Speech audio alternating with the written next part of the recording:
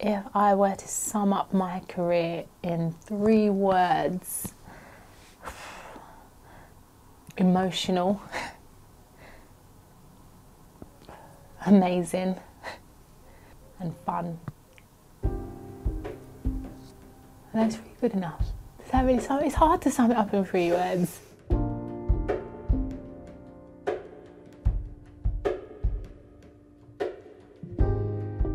My earliest memory always is being in the East End of London. We had a football cage on concrete, and that's where I started playing football with my brother and all the boys in the neighbourhood. I didn't see it as, oh, I'm a girl, they're a boy, I shouldn't be playing football.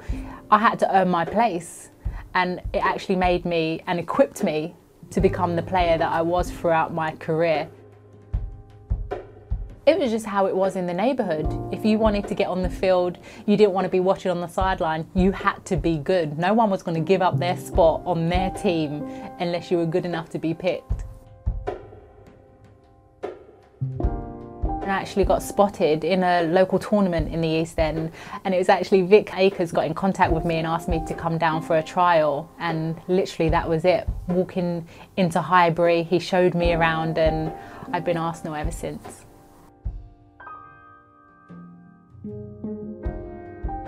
I actually don't remember my first team debut. I think because I'd been in and around the first team, training at Highbury, I knew all the girls and everything. I don't actually remember the first time I stepped out onto the pitch. But I remember just that whole group of women were just always so supportive. They used to have to come and pick me up, especially a player named Jenny Canty that didn't live far from me, knew that that I had to struggle to get to training, or so they just made sure that I was always there and I was always on time. I suppose that was one of the hardest conversations, because for me, I never wanted to leave this club ever. It still is. It's been my second family, my home. And so I remember definitely going to sit with Vic, and we both come. I remember crying my eyes out, but he said to me, Owsie, you know what, go and prove yourself and you will be back. It's bad because I left Arsenal as a striker, and then Marcus actually turned me into a right back. And I remember him coming in to the changing room, and he was like, Alex, you're gonna think I'm mad, but I want you to play right back. And I was like, what? But then, like I said, I'm one of those players that no matter what, if you tell me to do something, I'm gonna do it. So he was just like, go with your instincts, play your game, but you're gonna be playing at right back today. And then I was a right back ever since. Every time I was stepping out on that field, I was thinking about Arsenal and being back, that one, I had to prove Vic wrong, that I should be starting and I should be starting for Arsenal. And I suppose that's always been my drive to make it to the top, is to prove those people wrong that maybe didn't believe in me, that I'm going to show it to you. And then that's what I did. He was straight back on the phone telling me I had to come home, and that's what I did. I came home. All my coaches, teammates, family members, you know, it's all about it's the team behind the team, I suppose. Everyone's played a part, and I have to thank them.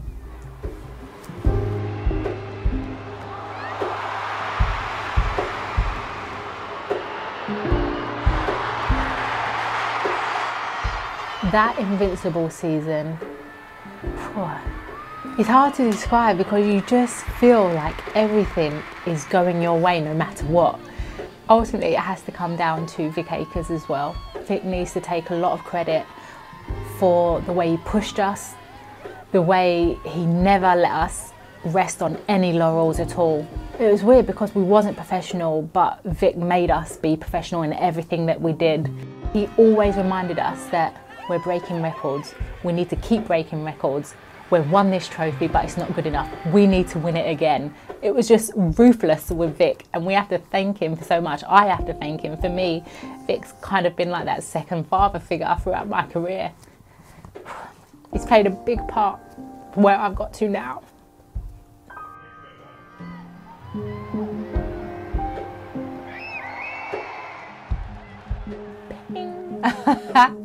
Some would say it's wind assisted, but let me recall my side of the story.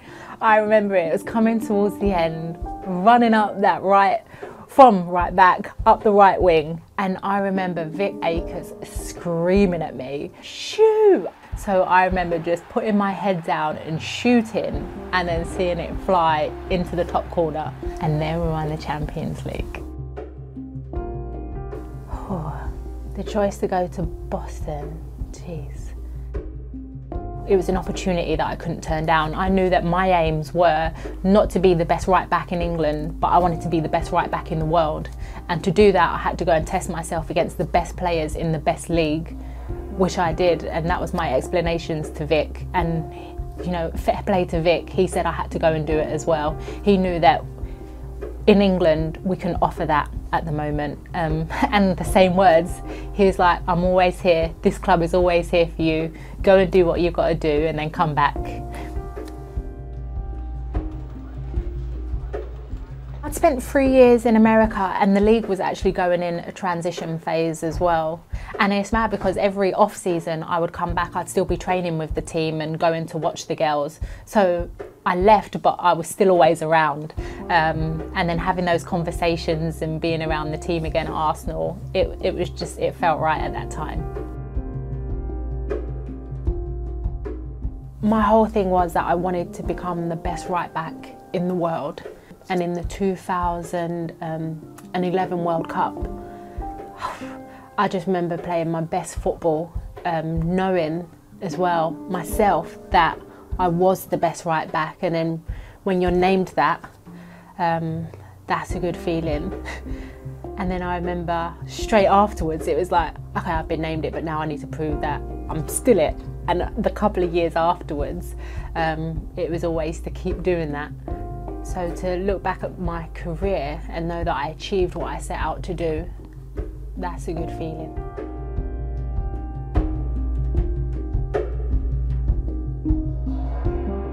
I think the thing that I'll miss the most, I suppose you can't ever replicate being in that team environment.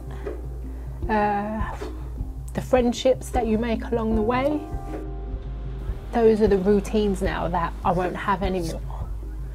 You kind of will always have the friendships, but that coming into the training ground and that buzz of being around the team and bouncing off your teammates, those are special moments.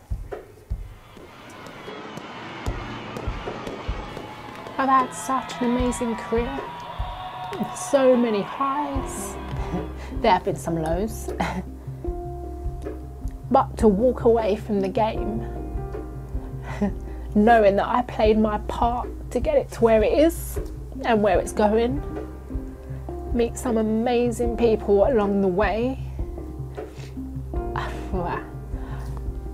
I can just look back and have a huge smile on my face, knowing that that young girl that signed for Arsenal when she was 8 managed to achieve way beyond anything that she would ever have dreamed of.